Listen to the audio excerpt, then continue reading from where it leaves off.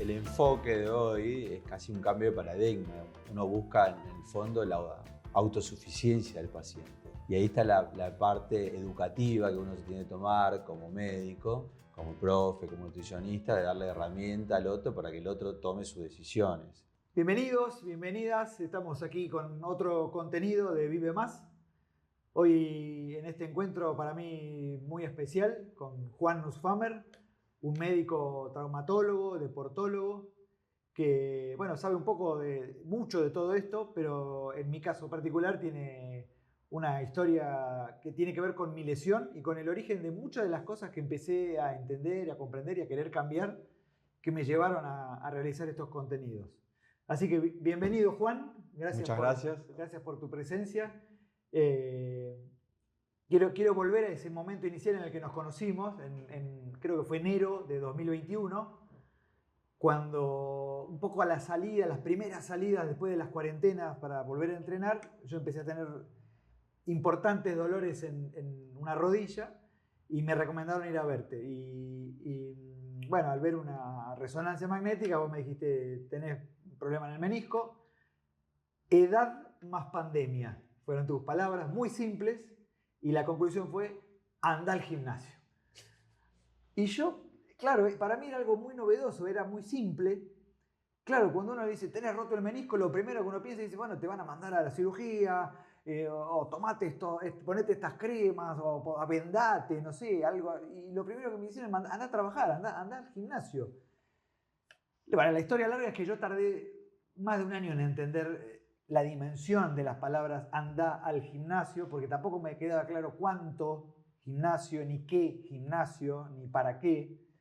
Y en el medio, bueno, pasaron muchas cosas que ya iremos incorporando, pero ¿te acordás vos de que cuando nos conocimos del andar al gimnasio? Seguramente debes haber visto mucha gente como yo. ¿Y qué quiere decir o qué me quisiste decir con esas palabras tan simples? ¿Qué representaba para vos? ¿Y qué quería decir el andar al gimnasio? Un poco citando a un autor, yo en mi circunstancia, el ver al paciente tiene un entorno, no es solo una persona de piel y hueso. Y ese entorno tiene un margen cercano donde el componente fuerza uno lo valora en la evaluación y lo pone en un contexto. Un poco la frase esa de andar al gimnasio era un poco buscar recuperar el déficit de la masa muscular, que es una entidad médica clínica, se llama sarcopenia, que está muy vinculada a nosotros los seres humanos, que vamos perdiendo hormonas por el paso del tiempo. Y uno tiene una herramienta que es entrenar, hacer ejercicios, acorde a la edad, gustos, limitaciones físicas presentes, elegir una actividad deportiva. Por ahí, hablando en criollo, de andar al gimnasio representa una indicación médica donde, como dijiste vos, tiene un valor, una frecuencia, una intensidad, una periodización que uno la tiene que poner en un contexto. Con eso que es lápiz y papel, tiene una devolución por parte del paciente y que uno lo va controlando en X cantidad de tiempo para ir haciendo ajustes. ¿Por qué? Porque una cosa es la teoría y después la vida misma, que es otra cosa. Edad más pandemia fue lo primero que me dijiste. ¿Qué quería decir? ¿Cómo estaba mi pierna? ¿Cómo estaba mi cuerpo, mis músculos? Después de un año de prácticamente haber hecho Ahí la casi nada. pandemia nos atravesó en todos los aspectos, a los que sobrevivimos la pandemia y a aquellos que le hemos perdido seres queridos, no solo en el aspecto social del encierro, el aspecto psicológico del temor a morirse, y así puedo seguir la larga lista de todo lo que significó la pandemia para nosotros, que personalmente yo no la viví tanto en el encierro por el hecho de ser médico. A mí me obligaban a salir y a cumplir un rol dentro de ese contexto de pandemia. Entonces fue un mi encierro. Pero la pandemia, en la parte del contexto del deportista, nosotros con el club fuimos haciendo como charlas de capacitación para los socios, y en ese momento se hablaba y se valorizaba mucho según los datos que existen en la literatura, de los pocos datos de encierro que hemos vivido los humanos. Y no son muchos, ¿no? Bueno, a nosotros nos tocó vivir esta pandemia. Y de esas bases de datos, ¿qué proyección hacíamos a futuro para retomar la actividad normal y la actividad física o deportiva en un deportista? Y bueno, se especulaba mucho con esto, que el déficit de masa muscular, que es un índice que tiene una proporción según el género, según la edad, lo iba a sufrir por no moverse o moverse poco y nada. Y bueno, y todas las consecuencias que iba a traer para la gente que practica deporte. Por eso, como resumiendo y haciéndolo muy criollo, era ver la edad de consulta tuya 53 tenía. y el contexto que estábamos atravesando, tratando de salir, que era la pandemia, ¿no? Y entonces la presunción y a la vez el análisis, la verificación era que yo estaba debilitado. Exactamente. No había una rotura de ligamento, digamos, algo que esté roto, sino simplemente había una estructura que no estaba preparada por ahí para retomar ese nivel de ejercicio que yo tenía antes. Exacto. Y ahí uno tiene el desafío de no caer en la tentación de atender imágenes. Pues nosotros teníamos una imagen donde hablaba de lesiones o de desgaste, etcétera, etcétera, en el caso tuyo. Pero esa información tenía un contexto. Por eso yo te decía, yo mi circunstancia, tu circunstancia era que vos tenías esa imagen, pero en el examen físico se correlacionaba con otra cosa. Y por ahí la tentación como médico es querer tratar la imagen y no ver todo el bosque, que en el análisis de escucharte, revisarte, ver la imagen, la conclusión era la sarcopenia, la falta de músculo, y el objetivo era recuperar la fuerza. Y ahí voy, ¿por qué estoy profundizando en ese momento, en ese pequeño hito en el que nos conocimos? Que es algo que yo creo que puedo sacar como una de las conclusiones de todo esto, que es ese tipo de lesiones son un adelanto de cómo vamos a envejecer. Ese tipo de lesiones nos vive pasando ya hace mucho tiempo.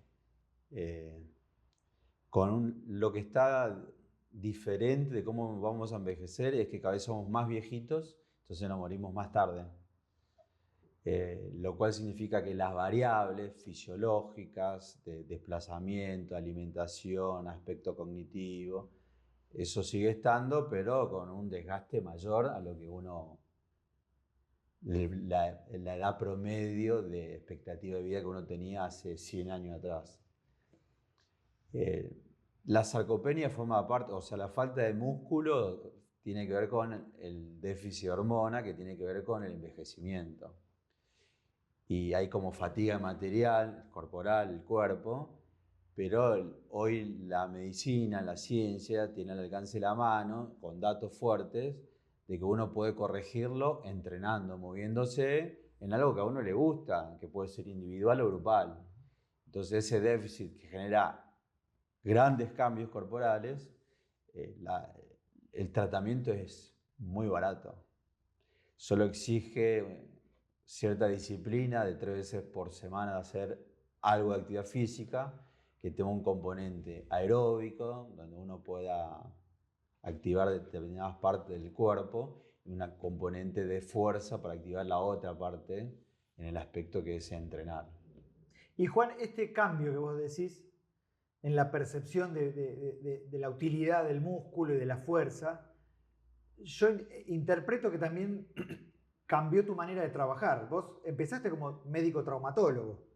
Yo soy médico traumatólogo, no siento que la dejé. Claro, no dejaste de serlo, pero contanos un poco eso. El médico traumatólogo es un poco como para nuestros pares, los carpinteros, porque arreglamos cosas que se rompen, ¿no? Y eso habla del perfil psicológico que tenemos nosotros los médicos, el traumatólogo. Necesitamos tocar para ver si se puede arreglar o no. Si no se arregla, como que lo dejamos de costado. Y la traumatología tiene áreas donde, como en el caso tuyo, una lesión muscular por imagen, en una zona que dolía, donde la recomendación es, bueno, esto es para operar. Y la evolución de esos pacientes, que uno lo termina operando, después con el tiempo ve que la recuperación no es tan todo como uno la esperaba. Y los datos fueron juntando y demostrando que el mayor problema era la falta de masa muscular, que le llamamos sarcopenia, y que la corrección debería venir por ahí. Eso fue modificando nuestros protocolos, y entonces yo me siento traumatólogo, pero descubrí que hay un montón de patologías que se resuelven de otra forma distinta con una cirugía. ¿Qué descubriste? Contanos, en detalle. Descubrí donde lo que nos repetían nuestros médicos de cabecera de patrones, hábitos saludables, tiene una razón de ser y una trascendencia enorme, desde las horas de sueño, en este ritmo de vida de ciudad, desde los hábitos de descanso mental, que por suerte hoy cada vez más personas la practican, yoga, mindfulness, terapia cognitiva, rezar, pintar, escribir, juntarse con amigos, viajar, ir a pescar, etcétera, etcétera. Como que uno está obligado a tener un abordaje holístico de lo que es el humano y no solo ver el aspecto biológico de piel y hueso, y en el caso tuyo un menisco roto. La ciencia estuvo mucho tiempo preparada únicamente para responder al síntoma, al dolor. Me duele acá, doctor. Era una típica sensación de, me duele este dedito, ¿dónde? Sáqueme la aguja que tengo clavada y me voy tranquilo con mi vida a seguir haciendo exactamente lo mismo sin modificar nada de todo lo que soy, porque es de mi identidad. Mi identidad es hacer todo esto, aunque me haya llevado a que me duela todo. Pero no existe esa receta mágica, esa aguja que se despega. Hay que modificar algo más, ¿no? Tal cual. Y la receta está en cosas que están al alcance de la mano, que uno siempre lo tuvo ahí y nunca le dio el valor, la trascendencia que tiene, ¿no? ¿Qué es el dolor y para qué sirve? ¿Hay distintos tipos de dolores? El dolor... Porque me imagino que mucha gente, la mayoría debe llegar a vos por primera vez, me duele acá. ¿Qué es el dolor? El dolor es una forma, hay distintas formas de expresar lo que es el dolor. Yo voy a elegir algunas. El dolor en medicina occidental es la manifestación de una dolencia, de algo que está funcionando mal y que el cuerpo trata de comunicarse para poder corregirlo. Pero no es la única definición de dolor. Esa definición de dolor es la que yo pongo en práctica en la diaria en la atención de paciente. Pero también en la atención uno va descubriendo que a veces el dolor es la manifestación de un dolor espiritual, dolor emocional, y uno lo está somatizando en su cuerpo. Y el cuerpo es la puerta que está sonando de alguien que golpea, pero la causa está por otro lado y no es corporal. Y ahí la medicina occidente invita a tener una mirada holística, general, que somos humanos, metidos en una sociedad y con una vida espiritual, emocional, psicológica, y que van combinándose y por momentos del día o de la semana un conjunto es más grande que el otro, pero bueno, que tienen valores similares. El tema es tener la capacidad de poder escucharlo. Yo te escucho y elijo esa manera de interpretarlo, pero también tengo muy presente que hay una rama muy importante de la medicina que te da una respuesta analgésica a esos dolores, incluyendo dolores que te pregunto también si no son parte de los dolores que muchas veces llegan a la consulta, que son dolores que en realidad son molestias, que por ahí una persona salió a trotar o jugó un deporte después de mucho tiempo que no lo hacía y le duele un poco, le molestan los músculos. Entonces dice, no, yo ya no puedo hacer más nada porque corrí un rato y me duelen los gemelos. Y en realidad, pregunto, ¿son respuestas en realidad adaptativas del músculo que está volviendo a entrar en actividad? Entonces, ¿cómo ayudar a la gente a discernir qué es un dolor, algo que me impide, de una molestia que es lógica y necesaria luego de haber hecho una actividad? Ahí nosotros los médicos usamos una escala de dolor, del 1 al 10, si querés hacerlo simple, donde le damos una puntuación y de acuerdo a la percepción que tiene el paciente, lo valoramos y lo ponemos como una molestia propia de un proceso, de un cambio adaptativo corporal, o un dolor franco de algo irritativo que está funcionando mal o que está roto. En esto de que yo hago la parte de medicina del deporte, que veo mucha gente que entrena, la mayoría de mis pacientes son no profesionales. Y entonces en eso el deportista no profesional lo hace cuando puede y donde puede. Pero gasta mucha energía y mucho tiempo de su vida porque lo disfruta mucho en entrenar, pero también como es un alumno nuevo en esta escuela de entrenar, comete errores. Y en ese cometer errores es ir descubriendo su cuerpo, ir haciéndola, como discriminando la molestia propia de los cambios adaptativos corporales por entrenar, por moverse, por un choque porque elegí un deporte donde el contacto está permitido, versus el dolor por una lesión. En esto de trabajar en un club de rugby, si uno tiene la posibilidad de escuchar a mis deportistas, ellos se conocen tanto que a veces hasta saben y están a la igualdad de condiciones de conmigo de poder describir su cuerpo. Y yo me río porque es muy grato escucharlo y el nivel de escucha que ellos tienen de su cuerpo y poder discernir, ¿no? Esta es mi molestia adaptativa porque estoy en etapa de pretemporada versus mi dolor crónico porque sé que tengo una lesión o una carie en el cartílago versus un dolor nuevo vinculado a una lesión muscular. Y uno va aprendiendo a discernir ese tipo de dolor y ver cuál es el dolor amigo y cuál es el dolor de que hay que prestar atención porque hay que generar un cambio, ¿no? Me pregunto el rol de la incomodidad corporal.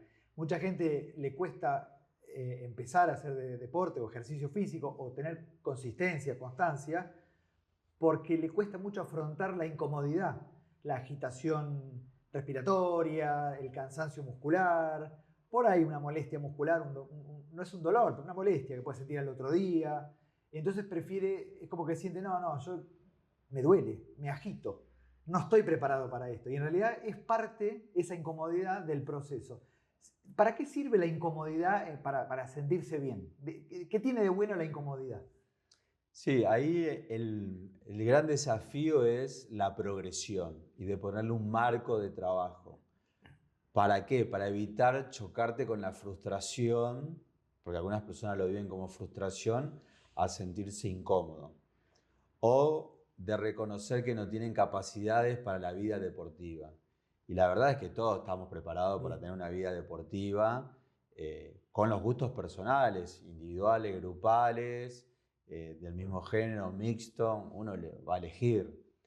Lo que sí uno tiene que ser consciente es como saber cuál es su punto de partida, su estado de situación y sobre ese análisis ver cuál es el próximo paso a tomar.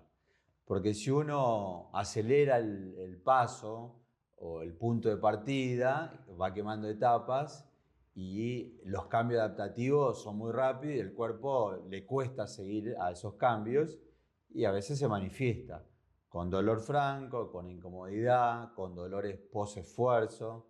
Y ahí, bueno, el desafío es, si uno tiene poca tolerancia a esas frustraciones, es armarse un programa de paso a paso, de tener a alguien que lo guíe, ya sea un preparador físico, un nutricionista, un médico. E incluso para nosotros los médicos, esta parte de la planificación se ha modificado de lo que aprendimos en la facultad. Yo hace 20 años que soy médico y lo que aprendí era hacer un ejercicio aeróbico 3 veces por semana, depende tu edad, tiene que ser a esta intensidad. Y hoy la literatura, 20 años después, dice, no te olvides la otra parte que es la fuerza. Y entonces hay también cambios adaptativos, formativos para el médico, con todo lo que significa, ¿no? Es importante, vos hablabas de tener un profesor, un kinesiólogo, un nutricionista, un médico, pero es uno el que toma las decisiones. Claramente. Es uno el que ejecuta todas esas sugerencias que nos dan cada uno de los rubros y es uno el que tiene que juntar toda esa información, procesar y decir, bueno, yo lo puedo hacer de esta manera, a mí me sirve hacerlo de esta manera, a mí me gusta hacerlo de esta manera, porque soy el que está en el momento haciéndolo, no está el kinesiólogo corriendo conmigo, el nutricionista comiendo conmigo. Entonces, es fundamental eso porque a veces siento que también se fomenta mucho la dependencia de personas que saben, ¿no? Que son los autorizados para hablar y la persona común no opina, simplemente obedece. Ahí el enfoque de hoy es casi un cambio de paradigma. Uno busca en el fondo la autosuficiencia del paciente. Y ahí está la parte educativa que uno se tiene que tomar como médico, como profe, como nutricionista, de darle herramienta al otro para que el otro tome sus decisiones. Y ahí aparece el rol de la psicología, donde dice que nosotros tenemos que ser no víctimas, sino protagonistas de nuestras vidas. Y empezar a tomar decisiones nuestras, y si tomamos decisiones y es el resultado no es lo que queríamos, hay que tomar otras decisiones, independientemente de la etapa de la vida que uno le toca vivir. Y parece fácil, pero en la diaria es un gran desafío de ser uno protagonista de su vida. ¿Por qué? Porque uno no está solo, uno está metido en una sociedad donde hay roles y patrones que se repiten, y el patrón de víctima como que es muy común en nuestra sociedad. Y si bien hubo situaciones donde uno pasa a ser víctima, pero también el desafío desde la psicología es uno tomar sus propias decisiones buscando lo que uno quiere hacer, ¿no? Y esto de moverse, de entrenar, de hacer actividad física, tiene que salir de uno. Yo siempre a mis pacientes les digo, mira, yo soy tu asesor y busco educarte para que después vos puedas ser autónomo, que me consultes a mí por algo extraordinario, no por algo diario, semanal. Solo busco que te enamores de la actividad física porque vas a descubrir los 32 beneficios que tiene ella. Otro cambio que tengo entendido que se viene renovando las prácticas médicas y kinesiológicas es el tema del movimiento luego de un traumatismo, de algún tipo de torsión o algo. Como que antes todo era reposo, quédate quieto, no hagas nada. Y ahora hay un montón de lesiones y de problemas que a los 5 minutos te dicen, anda a caminar, anda al gimnasio, como me dijiste vos. Me dolía la rodilla, vos me dijiste, no, quieto no, anda a trabajar. ¿Cómo es ese cambio? ¿Por qué? ¿De dónde viene? Ahí en la literatura nuestra fue descubriendo, un ejemplo mío, traumatología, hace 20 años atrás te esguinzabas el tobillo, te ponían una bota de yeso y eso era sinónimo de inmovilización, que curaba la parte ligamentaria, pero empeoraba otras situaciones, que era la movilidad articular, la atrofia muscular, trastornos vasculares, etcétera, etcétera. Y entonces, no, con 20 años de datos, la medicina dijo, che, esta conducta que tomamos nosotros está buena solo para un aspecto, para los otros no tanto. Entonces fue descubriendo que hay que tener el equilibrio, cuándo inmovilizar y hasta cuánto, hasta qué momento. Y después otro momento donde la movilidad es súper positiva por todos los beneficios que lleva, ¿no? La seguridad, la parte de certeza, de seguridad psicológica, lo vascular, que el músculo vuelva a cumplir su función de palanca, etcétera, etcétera. Bueno, eso es un ejemplo concreto hoy que un médico traumatólogo te esguince el tobillo es muy raro. Y ahora quiero llevar de este punto del que acabamos de hablar, pasar a la palabra sedentarismo, que para mí es otra epidemia, otra pandemia que atravesamos. Tal cual. Y que vos acabas de describir. Yo te mando a hacer reposo y lo que tenés es problemas articulares, debilitación muscular. ¿Qué se hace con el sedentarismo? ¿Realmente es tan grave como se lo describe? Digamos, hablemos de eso, porque para mí hay que hablar del sedentarismo como un problema. El sedentarismo es una epidemia, como dijiste vos, no tiene tanto marketing como otras que nos tocó vivir a nosotros, pero bueno, toda nuestra sociedad ya lo incorporó como parte de la vida y la verdad que eso es un factor que se puede modificar. Tienes una política de Estado, tienes una política a nivel mundial, hay medidas tomadas, pero es poco tangible, entonces la gente que lo consuma, que lo compre como algo, es difícil. Y hay una película que la ven los chicos, donde hace una proyección de la humanidad a futuro, vinculado a la tecnología que es buena, pero mal usada, entonces la gente se mueve menos, y todos los humanos están obesos, y todo dependiente de una pantalla táctil. Y la verdad que esa proyección es súper tóxica por todo lo que va a llevar, el no moverse, la pérdida de masa muscular, el trastorno metabólico y todas las enfermedades metabólicas asociadas, diabetes, obesidad, etcétera, etcétera. Entonces, como vos dijiste, está el sedentarismo, la Organización Mundial de Salud lo considera como una epidemia, le pone más el rótulo también a la obesidad, pero bueno, hay muchas presiones porque hay varios intereses comerciales donde hay algunos productos que no son buenos para la salud y nosotros los consumimos. Prevenir es más barato que curar, ¿no? Siempre. Lo que pasa es que es muy difícil vender el producto que vos no podés tocar. Yo te estoy vendiendo algo que te va a pasar a futuro o que quizá vos recién lo vas a ver en 3 meses como el gran beneficio. Y la mayoría de las cosas entran por los ojos, por los oídos. Entonces, si no tengo algo que te pueda ingresar por ese lado, es difícil desde el punto de vista comercial, ¿no? Y vivimos en una era de muchos atractivos, ¿no? De muchas tentaciones, ¿no? La tecnología. Muchas cosas por hacer en 24 horas. Muchos contenidos distintos. Bueno, de hecho estamos haciendo un contenido que tiene que competir con miles o millones de otros contenidos de diversas temáticas y calidades, etc. Y bueno, y todo eso nos lleva a quedarnos quietos mirando pantallas y a descuidar algo que en un futuro va a ser muy importante para nosotros. Porque ahora quiero entrar en el tema de la vejez, de la longevidad. ¿Cómo es ser viejo? ¿Cómo es ser vieja? Sin entrar en el término viejo que es despectivo, ¿no? O sea, ¿cómo es ser una persona de 80 años hoy en la Argentina, en el mundo occidental? Genéricamente, ¿no? Sé que obviamente generalizar a veces es incorrecto, pero estadísticamente, si querés, ¿cómo es la gran mayoría de esas personas? Y eso nosotros como sociedad argentina no está planificado, en otras sociedades sí está planificado, incluso te dan beneficios por tomar medidas preventivas para tu etapa de adulto mayor.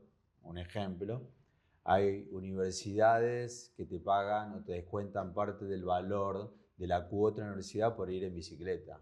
Y ellos están apuntando a que vos te muevas, más allá de lo que estudies. Entonces hay países que han tomado políticas respecto a eso. Nosotros en Argentina hoy tenemos poco y nada de eso respecto a esas medidas y nuestro adulto mayor llega como llega por tradición familiar. Entonces la imagen esa que tenemos todos del adulto mayor como encorvado, lento, que no hace ninguna actividad física, dolorido, eso es una decisión personal y ahí tomo lo que vos dijiste. Uno elige ser protagonista de su vida o víctima, o sea que la misma masa te lleve a culminar de esa forma. Y te agrego algo, que muchos de estos adultos mayores tal vez hicieron lo que los médicos le dijeron que tenía que hacer. En el mejor de los casos camina 20, 30 minutos todos los días, día por medio, no fumes. Hicieron todo eso y llegan a los 80 años y igual tienen importantes complicaciones de movilidad, problemas cardiovasculares y su vida muy complicada, con una falta total de autonomía, dependencia de sus entornos familiares. ¿Qué es lo que cambió? ¿Qué es lo que sabemos hoy que esas personas pueden hacer para prepararse para ese momento? No necesariamente hablando de los que ya tienen 80, sino de los que tenemos 50, 60 y inexorablemente, si la vida nos acompaña, no se nos cae un pie en la cabeza, vamos a llegar a los 80. ¿Qué es lo que sabemos hoy? Hoy lo que la medicina demostró juntando datos es que ajustando algunos detalles donde hablábamos, hábitos saludables, ocuparse de la salud mental, tener casi obligatorio vida social, hacer alguna actividad física mínima 3 veces por semana donde tenga un componente aeróbico y fuerza, está haciendo que todas nuestras variables, todas nuestras capacidades estén bien utilizadas para que nuestro cambio de década sea proporcional a lo que nos toca, pero bien utilizado. Y el ejemplo que vos citaste al principio, el déficit de la masa muscular, nos pasa a todos. El tema es ocuparse y ahí volvemos al valor del tiempo. donde uno tiene que empezar a tomar decisiones y darle trascendencia a qué cosas, porque mientras tanto van sucediendo cambios. Y retomar la actividad física en la vida de ciudad tiene un costo de renuncia a otras cosas. Pero cuando uno experimenta, por eso la gente veía y a veces se tomaba mal a la gente que quería salir a correr en el medio de la pandemia o post-pandemia. Uno, si lo analiza como profesional de salud, y decía, pobre, estaban todos sufriendo mentalmente, psicológicamente el encierro y el miedo a que nos vamos a morir. ¿Quién se quiere morir? Nadie. Y entonces de esa parte nosotros como sociedad no estamos preparados.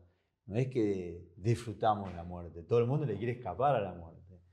Entonces la gente que corre, que ya descubrió los beneficios de correr y todos los cambios adaptativos, hormonales que ocurren y psicológicos, quería recuperarlos. Por eso cuando el gobierno les permitió, empezaron a hacer con un precio. En ese precio, lo que hablábamos también antes, debería tener una plataforma, un protocolo. Y bueno, imagínate, estuvimos mucho tiempo encerrados, volver a poder correr, uno hacía mucho con pocas chances adaptativas. Por suerte, esa proyección era un poco negativa para los médicos del deporte y en los debates que se hacían a nivel mundial,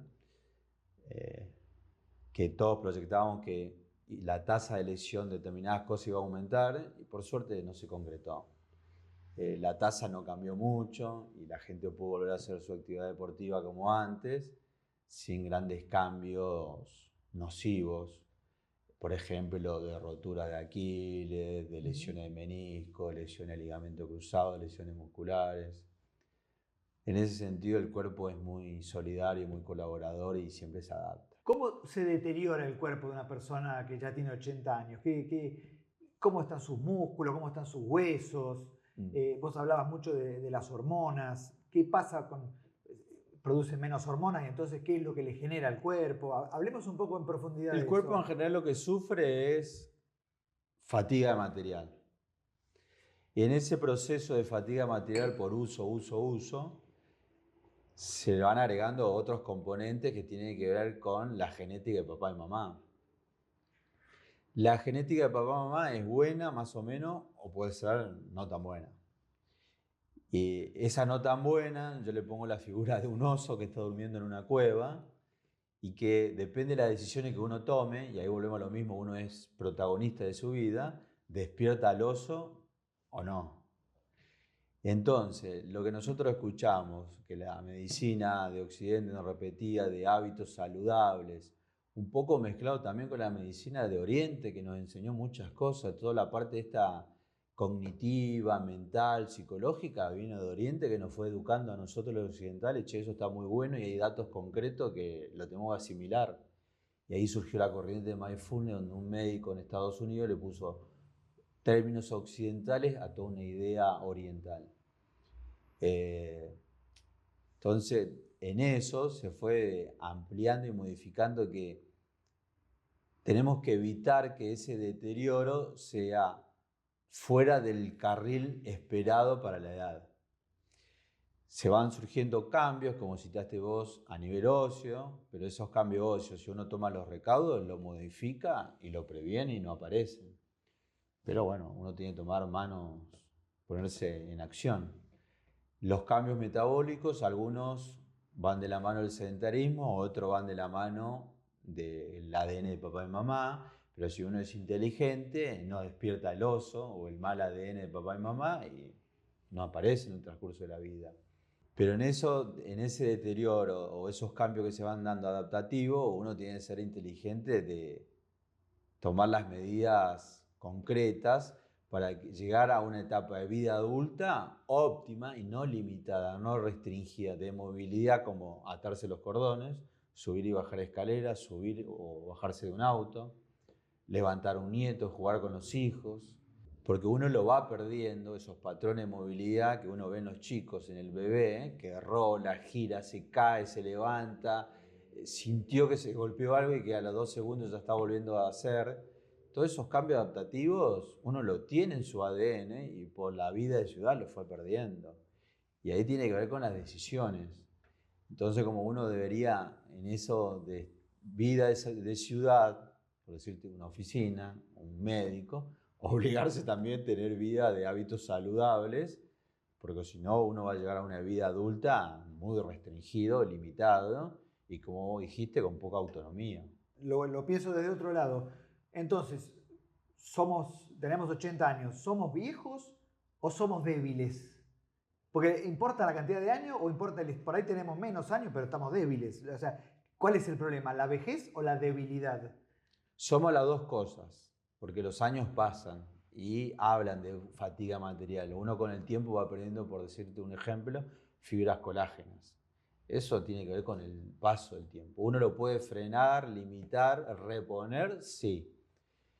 Y tomando tu afirmación, en la edad adulta mayor, yo que tengo casi 50 años, el gran problema es la debilidad muscular. Y la debilidad muscular va por el déficit de hormona y va por el no hacer actividad deportiva. Y entonces uno tiene que, eso en términos sarcopenia que le dice el médico, combatirlo, lucharlo, moviéndose. Y ponerle un marco, con una intensidad, con una frecuencia, con un volumen, como si estuviera tomando un remedio individual. Lo que yo voy a hacer no va a ser lo mismo que vas a hacer vos. Pero bueno, el desafío está que uno, como dijiste vos, que te cae la ficha y decís, che, por acá es el camino, qué suerte que me lo dijeron. Es el poder del músculo, ¿no? O sea, es un poder que por ahí... Yo tengo 57 años y recién hace poquito que digamos, vos fuiste el primero que me lo empezaron a decir, hice vida deportiva toda mi vida. Y nadie nunca me dijo, anda al gimnasio. A lo sumo era una cuestión más de coquetería masculina, de cómo me va a ver, los bíceps, qué sé yo, pero nunca era un tema de prevención de salud. Y me parece que ahí hay un punto súper importante para contar, para transmitir, porque cambia la vida. A partir no hace falta ser Mr. Atlas, ni Schwarzenegger, ni nada, ni un deportista olímpico, pero cambia mucho la vida de una persona que va a hacer fuerza. Tal cual. Y si, lo que me preguntabas anteriormente, por citar un país, ¿no? Inglaterra está gastando mucho dinero en preparar a sus adultos mayores porque ve que el costo de las patologías por ser adulto mayor y no ocuparse de moverse es mucho más elevado.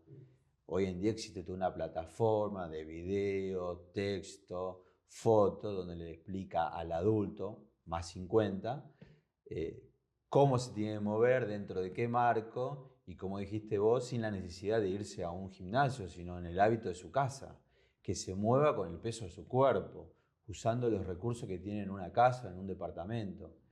Me parece que nosotros ahí tenemos un aspecto a copiar, que nuestra sociedad se vaya adaptando. Esta sociedad que yo cité es la única, ¿no? Australia hace lo mismo, Canadá hace lo mismo. Como que hay ya política de Estado que deberíamos incorporar. Hace poco el gobierno de la ciudad también hubo toda una plataforma de moverse y hizo toda una etapa educativa donde incluyó todas las áreas, infanto-juvenil, adultos mayores, y que la ciudad tenga el certificado que es una ciudad activa, que son pocas, ¿no? Y ahí te da un ejemplo que Argentina como que ya descubrió una parte y la ciudad de Buenos Aires tiene el rótulo de ciudad activa y que se puede mover, bueno, con todo los beneficios que significa, ¿no? Desde la contaminación porque andamos en bici hasta porque ganamos músculo y nos podemos mover mejor para subir y bajar una escalera. Ahora, si toda esta información está disponible, ¿no? Y uno se la encuentra en el formato que sea, lo siguiente que implica es un muy importante cambio de hábitos. Tal cual. ¿Por qué es tan difícil cambiar esos hábitos? ¿Por qué es tan difícil incorporar hábitos de los cuales hoy no voy a ver el resultado, ¿no? Los voy a ver en 2 años, en 10 años, en 20 años. Podemos ahorrar en dinero para dentro de 20 años, algunos. Muchísimo. O sea, pensar en eso. No sé si lo logramos, pero por lo menos pensar en ahorrar. ¿Por qué no podemos pensar en ahorrar en músculos? El tema de los hábitos es multifactorial, depende de cada uno, de su historia familiar, de su historia educativa. Acá, de lo que yo pude palpar en estos 20 años de médico traumatólogo y menos de médico del deporte, es que no se puede ofrecer el producto a la vista, sino que no es tangible, entonces estamos hablando de algo que va a venir más adelante. Y nuestra sociedad quiere la hora, quiero que me vean ahora, no sé cómo me veré dentro de 10 años. Y ahí es una apuesta a futuro, personal, proyectando lo que uno está viendo con sus adultos mayores, ¿no? ¿Cómo imaginás tu vejez?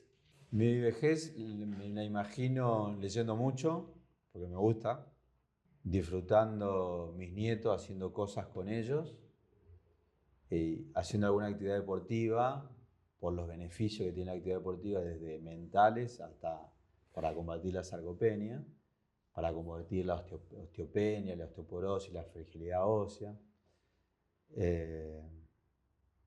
Y ayudando a aquellos que necesiten, ya sea o leyendo un libro a alguien que no puede leer, o colaborando en alguien que se quiere empezar a mover y a entrenar, y yo por mis conocimientos vinculados a la medicina lo puedo ayudar. Esa faceta de ayuda me parece que va a estar. Algunas cosas por ahí ya me las adelantaste, pero es una pregunta que le quiero hacer a todos, que es, ¿qué te gustaría poder hacer a los 80? O al revés, ¿qué lamentarías no poder hacer? Me gustaría seguir teniendo la autonomía de hoy, desde lo cognitivo y de lo físico, ¿no? Aquellos que tenemos más de 40 ya fuimos descubriendo ciertas restricciones y comentarios o expresiones argentinas como, pucha, ya va pasando el tiempo. Pero ahí uno tiene que ser consciente que pasó el tiempo y se generaron cambios adaptativos, y otros cambios es porque uno descuidó su cuerpo y su tiempo lo usó en otras cosas. Y el cuerpo está tratando de comunicarse, de llamar la atención para que uno vuelva a prestarle atención y ocuparse de él. Desde el sobrepeso por los hábitos alimenticios, la parte espiritual por no rezar, no pintar, no escribir, no hacer yoga, mindfulness. Y así en cada área. Y entonces creo que el valor de mantenerse autónomo es un valor que no tiene precio. Y la gente que hace mucha filantropía gasta mucho dinero en eso, porque ve que tiene el dinero hoy, ya con lo que tiene lo disfruta, pero proyecta hacia un futuro y ve que eso no está muy desarrollado y no está muy educado a nivel sociedad, y bueno, ellos están tratando de contagiar eso, ¿no?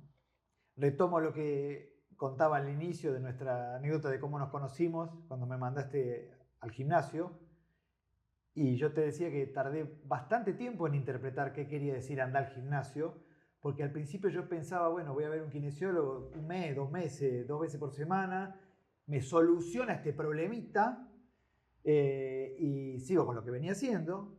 Después, al poco tiempo, fue, bueno, me voy a infiltrar con plasma enriquecido. Lo hice, listo, ya con esto está solucionado el problema. No funcionó, entonces voy a ir a ver a uno que hace plantillas, porque yo lo que tengo es un problema de cómo apoyo. Efectivamente me lo comprobaron, ¿sí? Estaba mal el problema de mis pies, cómo apoyo los pies. Me hicieron las plantillas, siempre iba gastando plata en el camino, ¿no? Cada proceso era una inversión nueva. Por supuesto que las plantillas tampoco me resolvieron el problema. Seguí intentando. En un momento empecé a hacerme la idea de que ya no tenía solución, que yo lo que estaba era viejo y que más vale, tal vez tenía que andar en bicicleta, que no me dolía, o nadar, que no era tan bueno como corriendo. Nada de eso me terminaba de cerrar. En un momento me empezó a doler otra parte de la rodilla, después me diagnostican que era una tendinitis rotuliana, lo cual es una pavada, porque no es un problema grave, pero yo creía que sí. Hasta que volví a verte a vos. Había pasado 1 año y medio. Y vos me dijiste, anda al gimnasio. ¿No fuiste al gimnasio todavía? Anda al gimnasio. Y claro, porque es como que yo seguía buscando el atajo. Y no existe el atajo.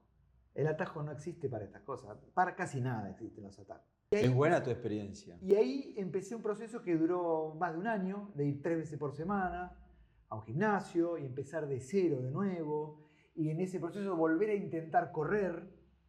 Y ahí, bueno, ya la rodilla no era el problema, pero bueno, los músculos se tenían que volver a adaptar a ese tipo de ejercicio. Pero fue algo que a mí me llevó a tener unas enseñanzas que yo valoro, que creo que me van a acompañar por el resto de mi vida, y a entender qué es lo que funciona y qué es lo que no funciona. Y creo que ese tipo de conclusiones me van a ayudar para tener una longevidad mejor, ¿no? Tal cual. Eh, En esto, por ahí, los médicos sabemos que no hay recetas únicas, pero esto de los hábitos saludables, de vida sana para la longevidad, sí, es como una receta única, porque repetís los mismos patrones, o sea, hábitos saludables se refiere a la alimentación, la hidratación, horas de sueño, ocuparse del bocho, hacer algo para la salud mental, tener vida social, porque la gente que tiene vida social llega en mejor estado a ser un adulto mayor. Esa receta es única y se repite para todo y es súper exitosa. Y el tema es ponerlo en práctica. Pero está buena la experiencia tuya, claramente es individual, se puede repetir en otras personas, otros harán otro proceso, otro camino, pero está bueno donde uno pueda compartir y decir, che, yo pasé esto, hice todo lo otro en el medio, seguía igual, volví otra vez al punto de partida, me ocupé y ahí arranqué.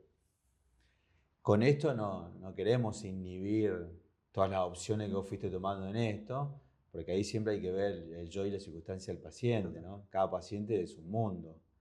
Hay gente que sí necesita corregirlo con una plantilla, sí, sí. Pero, vuelvo a retomarlo, la receta única. En el contexto de la longevidad, esto de hábitos, estilos saludables, sí me parece que hay una receta única y que nosotros en Latinoamérica todavía no la estamos poniendo en práctica a nivel masivo. Bueno, es hora de que empecemos. Tal cual. Como te digo, ¿querés llegar bien a los 80? Empezá ya, no esperes. Es verdad. Gracias, Juan. Muchas gracias. No de nada.